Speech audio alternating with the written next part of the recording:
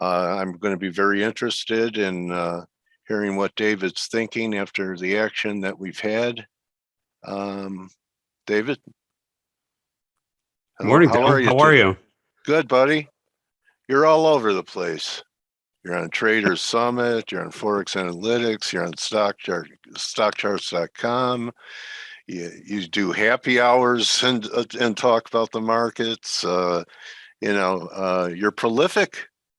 And I'm I was, doing what I can. trying to give people some guidelines and areas to pay attention to.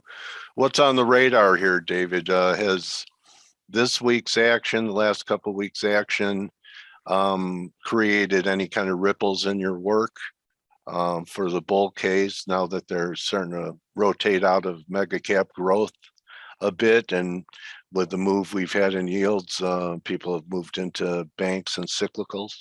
Okay, so here's the S&P. Start with that.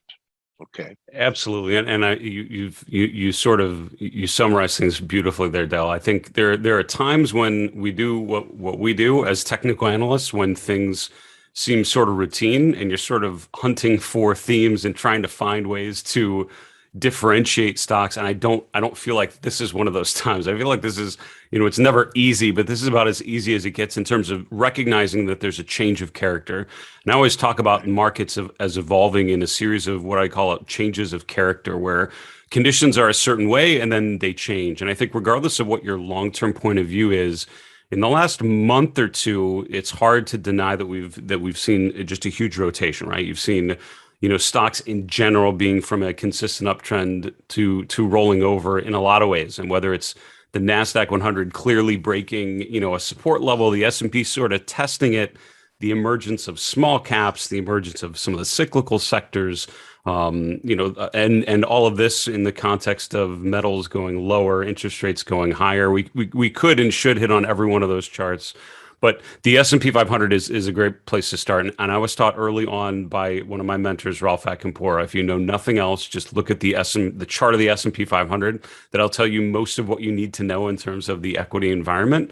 And the way that I'm seeing the S&P is as such. We've had an incredibly consistent and incredibly persistent uptrend through the course of 2021, and we've all gotten very comfortable to an incredibly consistent pattern of the S&P making new all-time highs every month, the S&P pulling back to its 50-day moving average and rebounding beautifully, the RSI coming down to 40, which in a bull market phase is pretty much classic bull market behavior, where you become overextended when you have the impulse move to the upside, and when you pull back, the RSI remains above 40, and that sort of suggests that buyers keep coming in and propelling prices higher. All of that has changed here in the month of September. She made a new all-time high in early September. We've now changed the character of the market, right? We've made, instead of making a higher high, we've actually established a lower high in the last week. Instead of bouncing off the 50, all the way up, we actually right? broke through the 50-day. Yeah, isn't you look at that whole trend, and every pullback after the pullback rally to new highs, this is the first failing rally you could see all the way up, isn't it? That's exactly right. And what's great about a consistent support level like the 50-day moving average is a lot of people key in on it. It tends to work, and it's really, really good. Greg Morris, another of my mentors, always said all new highs are good except the last one.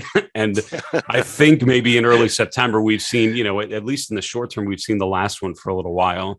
And that's the problem, right? Is the challenge is, now that we've broken the 50-day moving average, what next? And this level of support that we've all been counting on that will continue to indicate where to buy on the dips. All of a sudden, this last time was not a good time to buy on the dips so far, because we're sort of rolling over. And I think to summarize, what you have to remember is this sort of pattern. If you call this a head and shoulders top, which is a high surrounded by two lower highs, so it's a classic pattern. A head and then the two shoulders. If we break the neckline, which we've arguably done this week, it depends on how you draw that in those interim lows, but we're pretty close to doing something on the NASDAQ, especially. I think we've already broken that. What Yeah. you traditionally do is take the height of the pattern and Right. subtract that from the breakdown level, which means if this sort of plays out like a normal head and shoulders top would, that really only measures down about another 5-6% lower. That takes us down to around 4150, 4100, which would be down 200 to the day. 200-day moving average, which is about a 38.2% retracement of last fall up to the peak that we made in early September. So it's not a end of the world move, but it's certainly a we need more pain before we resolve to the upside kind of move. And that would be what people will be saying then, I'm just guessing, garden variety correction, 10%.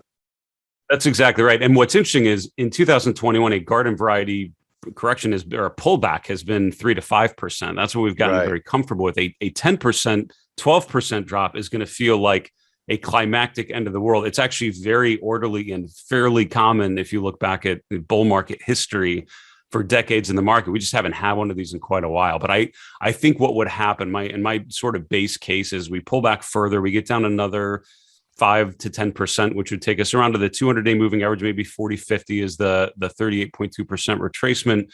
That's the time when I think you'd want to start thinking a lot more risk on, because there's so much strength that we're seeing from the cyclicals, so many themes, small caps emerging. There are a lot of things that are more longer term themes, infrastructure investing, that's all going to, I think play out into next year.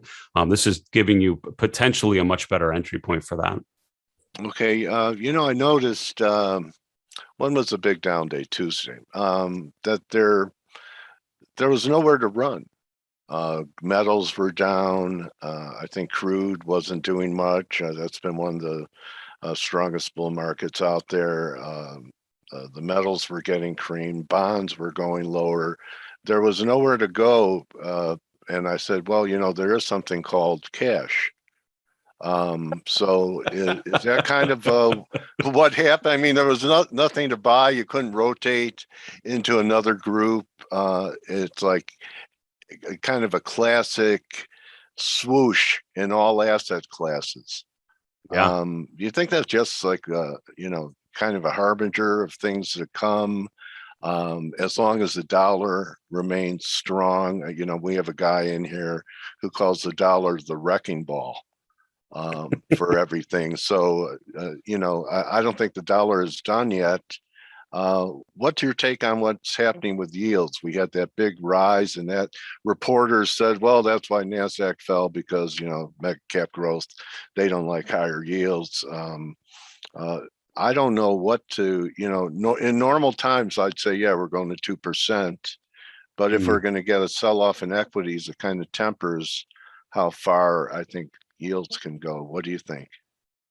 No, it's a really good point. And you hit, Dale, on cash. And it's funny, most, active management gets a lot of negative press because, especially in recent years, active managers as a whole in the equity space have certainly tended to underperform. And I think the biggest reason is because we've been in such a consistent bull market phase. And if you look at most active management, they tend to outperform. They tend to do much better in down markets because you can get defensive, you can go to cash.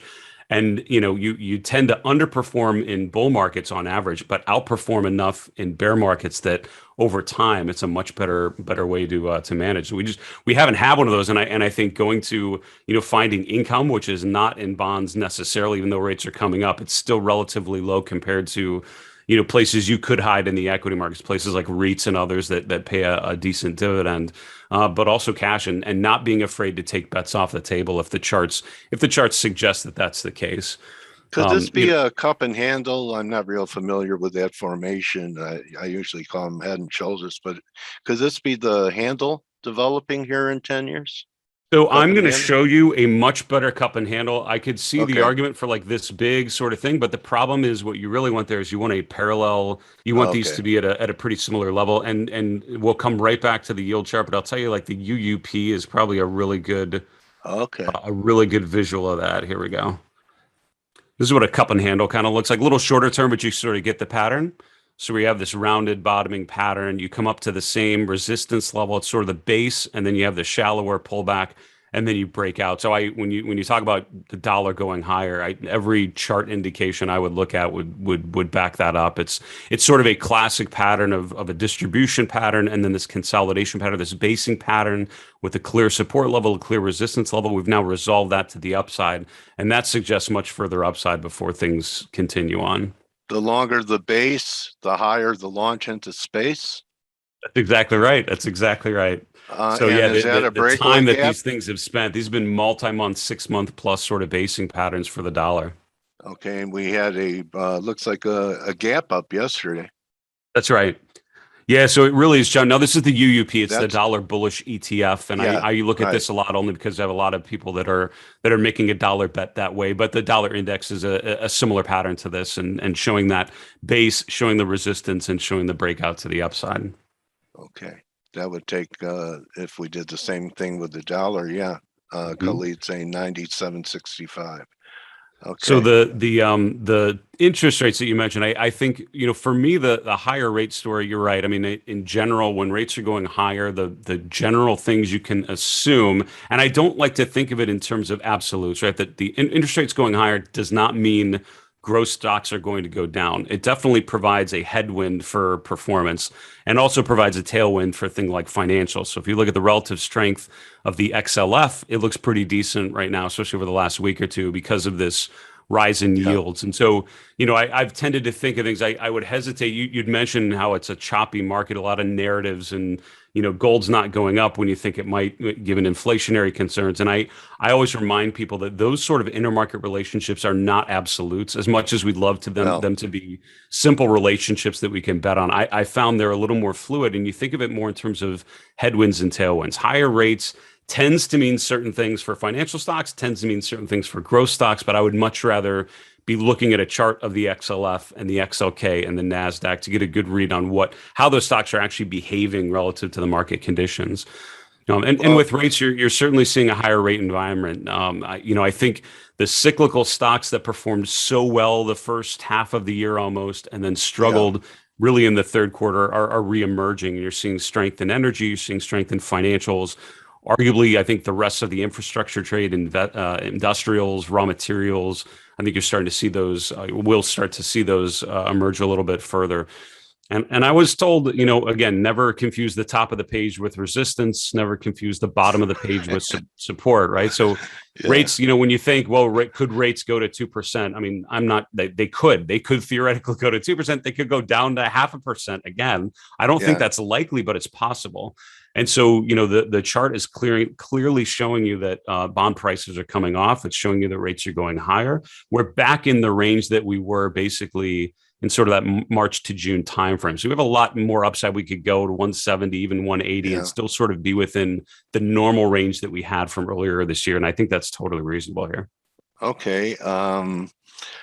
Looking at, I've been showing the community a lot of the NASDAQ stocks and, kind of building my case that I was, I don't know, about 2 months, 3 months early on, David, and maybe about 3-4% in NASDAQ 100. But I look at things like Facebook and it looks like a broken stock. I look at Apple, it looks like we had a rising wedge failure. One of the stars has been Microsoft, which gave up quite a bit of ground after being at 305. I'm having a hard time. I think the only FANG stock that still looks good to me for a new high is Netflix. Yeah. But Google doesn't look so good. I mean, most of these stocks look like Netflix is only one, but you look at Apple, it's come off pretty good from 158, and you look at Facebook is really kind of cratered, and it really hasn't done much for a while. So do you have is like a FANG? Is there a FANG composite chart that shows all of them? Yeah, absolutely. It's we have an index called $FANG. It's the NYSE FANG Plus Index, and it's not Oh, just those stocks that you mentioned. It's sort of FANG and FANG like things. So things like yeah. Twitter and some of the Okay. Chinese internet names and others are kind of in this Heavy, bucket together. pretty heavy, right? It is, Approaching and the I think you 200. you hit it right on the head. It's interesting that the one FANG stock that looks sort of strong relative to the others is Netflix. And for the longest time, that's been probably the one, maybe Amazon at times too, that have been the underperformer, right? The rest of the Yeah. FANG stocks have done so well. And things like Netflix have actually been the laggards within that group. And you're seeing the tables turn a little bit. And to be honest with you, yeah, does the chart look heavy, especially in the short term? Absolutely. On the FANG Plus index, as you're seeing with some of these stocks, you're getting a bearish momentum divergence with, index making new highs here and the momentum actually sloping downwards. Yeah. You're seeing that on some of these charts that have essentially been overextended. And I don't disagree with your take on things like Microsoft and others that they're just breaking down support levels. I mean, that came right? out that really got creamed this week. I It don't know did. what It the did. reason. And when I talk about a change of character, this is the type of chart that resonates, right? It's a chart that is clearly in one mode. We're making new all-time highs. We're consistently outperforming. The relative strength is going up and to the right. And then finally, all of a sudden, things start to change. And all of a sudden, we're breaking the 50-day. And all of a sudden, we're making lower highs and the relative strength is turning down. The momentum is really coming out of the market. And that shows you that things are changing. I guess what I would say and what I would hesitate to draw too many long-term conclusions on that is remember that distribution pattern that we talked about on the S&P, here it is on the NASDAQ. This is that, head and shoulders top. This is a 2-year chart. And you can see that head and shoulders chart is a little tiny sort of rounding error type of pattern here in the far right corner. I think the right long-term shoulder, trajectory on these stocks is still very, very healthy, but I think there could be more downside before this is done here. Maybe the 200-day and both the S&P and the NASDAQ are reasonable. Yeah, from a technical perspective, the NASDAQ going down to around 14,000, or the NASDAQ 100 I'm looking at here, would make a ton of sense. And for a number of reasons. The 200-day moving average hasn't been touched in over a year and a half. But that in general tends to be a level that a lot of people would key in on. 14,000 was a key level earlier this year, if you remember, because we hit there a number of times and then finally broke above there in June, which was pretty significant. So it would be fairly reasonable to expect that to become a new support level. And also that's the height of the pattern. So with a pattern like this, you take the height of the pattern, you subtract it from the breakdown level, and that gets us right around to that same sort of level. So the base case I see for something like the NASDAQ, you pull down another, 500 points, which again is going to feel climactically negative. But if you look at the long-term trend, it's actually completely reasonable for a bull market phase to have that sort of pullback. We've been under corrected here for quite a while, if that's a phrase. Could it be that the markets and risk on does not really get in gear again until UUP and some of the dollar index targets have been achieved and the dollar starts heading down again? I mean, it could be, but I think it's also a question of leadership, right? So you have something like JP Morgan that's actually, just making a new all-time high again this week, testing resistance. A lot of the financials are doing that. Airlines popping up, right? So I'm not struggling to find stocks that are breaking down given the short-term weakness. I'm also not struggling to find stocks that are breaking out and testing resistance levels. It's just the names that are doing it are different than the ones you're probably thinking about. Just in, yesterday, you had a lot of names that were up significantly. And some of these names are ones that have been beaten down. It's like video games, EA and Activision and Take-Two, pretty good bounces. Now they've been struggling for quite a while. So it's certainly a much more of a rotation at this point than it is a broad everything's ending sort of pattern. Okay. All right. So David, anything else you want to go over before I ask you to show where people could find you and hear your commentary on stockcharts.com and go to your website? I think that your analysis is very clean and cogent, and your demeanor for presenting it gives, kind of soothes people's wild emotions of risking money. So you have a great bedside manner for a technician.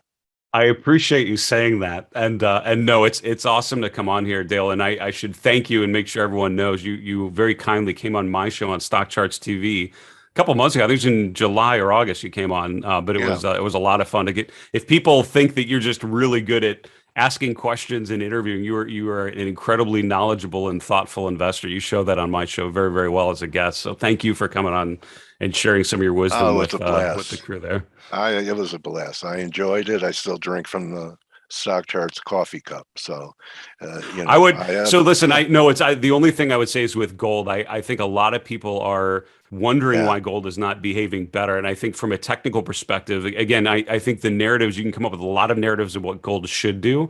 I'm yeah, focusing on what gold actually is doing. And for me, it is still very much in distribution mode. okay, And there are a couple of things. If you think about the S&P and how the whole year, the RSI kept coming down to 40 and never broke below it. And that was such an indication of the bull market phase. You have the opposite on the GLD over the last couple months. When it's tried to rally, the RSI has petered out at 60, which basically means this is more of a distribution pattern. And until you can break above the RSI 60 on a rally, it's telling you the momentum's just not there. We keep making lower lows, we keep making lower highs, and the last time it tried to break out was here in early September, and it was unable to eclipse the highs from July and August. So a chart with the pattern of lower highs and lower lows is still in distribution mode. I think gold is weaker rather than stronger until proven otherwise. You need to put in a higher low, and we just yeah, haven't done that yet. So I think it's still very cautionary here. okay. Yeah, I know you're a technician, David, but I wanted to ask you one thing. I've brought it up to a few analysts, traders, is that back in 08, 09, during the housing crisis, the Great Recession, a lot of the economic writers would bring up China that wasn't damaged. They didn't buy subprime mortgages over there, and they were still growing. Mm, And part of their narrative was because China was growing, besides what central banks were doing, it was going to be an engine of growth that would help pull us out of a recession. mm, And now they're one third. So that was a while ago, right? 13 years ago. So they've grown since then. And now they're deleveraging. They're trying to control demolition on leverage to try and clean their, the debt up. So if they were able to pull us out of a recession, could what they're doing put us in one? They used to say when America gets a cold, the rest of the world gets pneumonia. Well, if China has pneumonia, aren't we going to at least catch a cold here?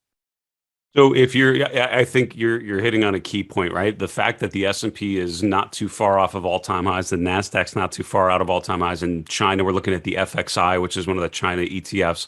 It's Yeah, been in an established downtrend for most of 2021. That divergence, that dispersion between those two is not lost on me. We mentioned with gold and what the RSI is telling you. Just look at the momentum that's just clearly sort of in a negative trend. The concern is how much that impacts, non-China markets, right? Sort of U.S. yeah, markets and elsewhere.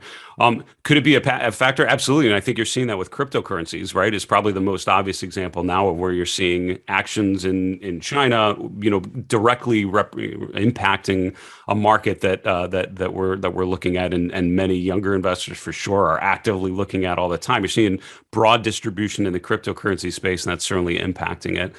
Do you have a Could that visual see it? on? Absolutely. Do you have a visual on the credit spreads? How they've blown out in China?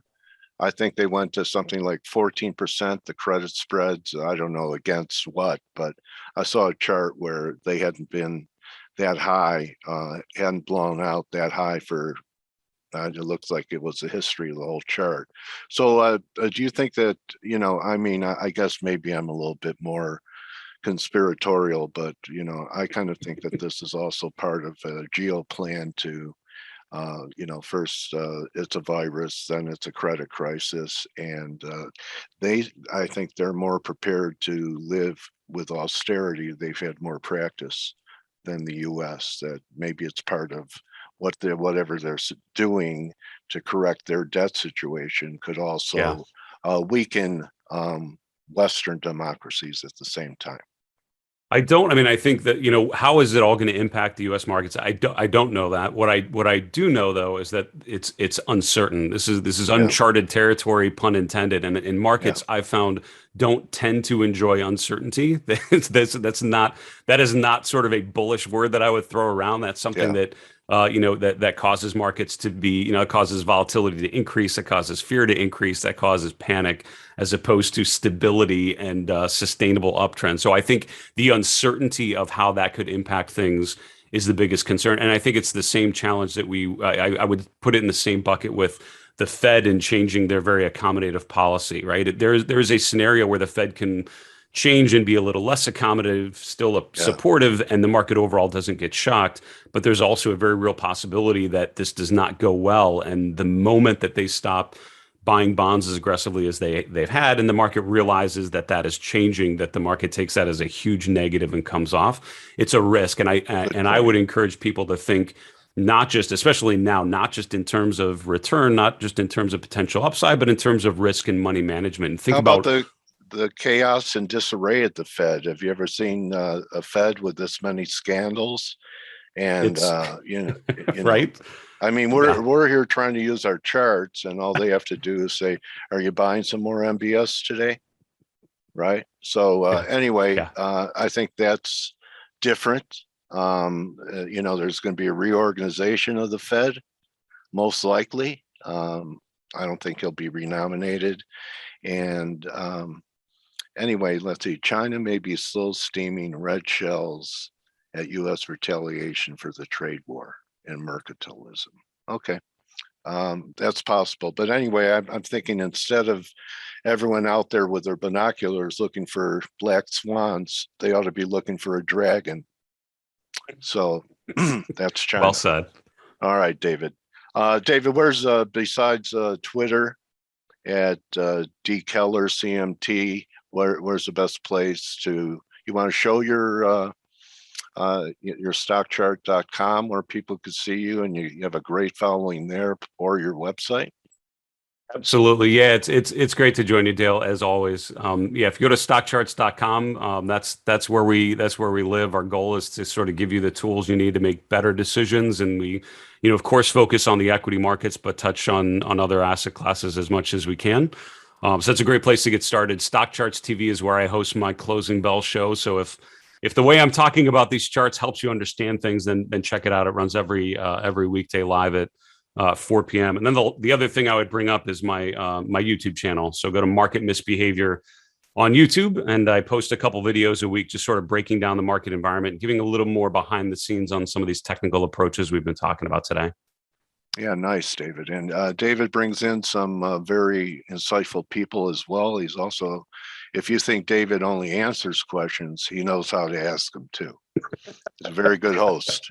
So, David, well, our mutual admiration club is drawing to a close today. Thank you so much for your giving nature to come and share what you're seeing and the changes you're seeing, and what may lie ahead for us as market traders, analysts, and gamblers. Good to talk with you, Dale. Stay safe. All right. All right, buddy. David Keller, everyone. All right. Everyone have a great day. You could join the team in 17 minutes for the morning edge. Make sure you shave so you have a nice edge on when you go there. And don't just count your pips, count your blessings, everyone. Adios. Thanks for your attention today. We'll see you.